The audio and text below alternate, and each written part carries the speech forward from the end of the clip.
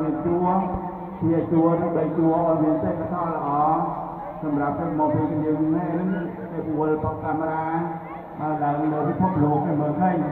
ហើយសូមឲ្យមានសេចក្ដីល្អសូមអរគុណជាងតែសូម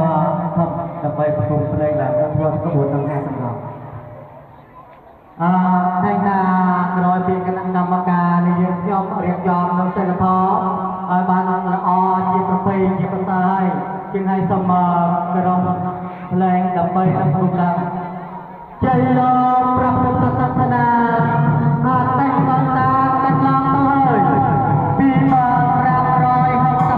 569ឆ្នាំបានកន្លងឆ្លងបាត់ទៅ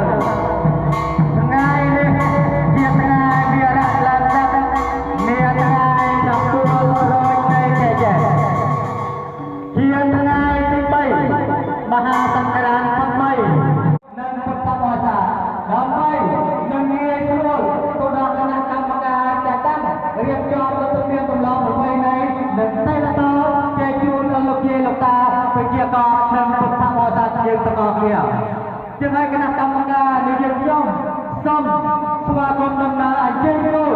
របស់ប្រជាមិត្តទឹកពុទ្ធបរិស័ទដែរដើម្បី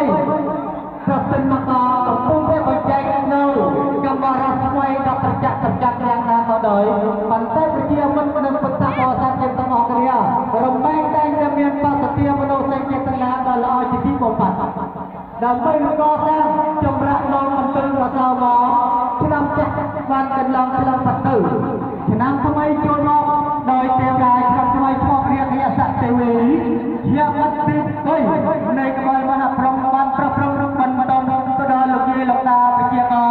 និងពុទ្ធបរិស័ទយើងទាំងអស់គ្នាផងយើងដល់ក្នុងថ្ងៃវិរៈឡើងស័ក្តិនេះជាឲ្យគណៈកម្មការនេះយើងខ្ញុំសូមស្វាគមន៍ដំណើរអញ្ជើញចូលរបស់ប្រជាមិត្តនិងពុទ្ធបរិស័ទយើងទាំងអស់ក្នុងនោះគណៈកម្មការនេះយើងខ្ញុំដូចជា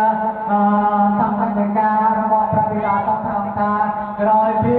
លោកយាយលោកតាដែលជាអវោសិទ្ធអវោសិទ្ធិកាដល់បន្តគឺអ្នកមាកុមារាមានបច្ច័យដែលជ្រះថ្លាមកពុទ្ធជាយ៉ាងដល់ក្នុងបណ្ដាលនៃព្រះពុទ្ធសាសនាក៏បានកាន់នៅប្រតិបត្តិតាយារីមកដំណើរតាមជុំវិញនៃរោងអវោសិទ្ធិកាមានថ្ងៃវិរៈឡើងសង្ឃាហើយមកព្រោះប្រកបឲ្យចេញតាមការធ្វើការទៅតាយារីចេញមកតាមខាងក្រៅនោះដើម្បីរៀបចំណាផ្សាយជាថ្មីម្ដងទៀត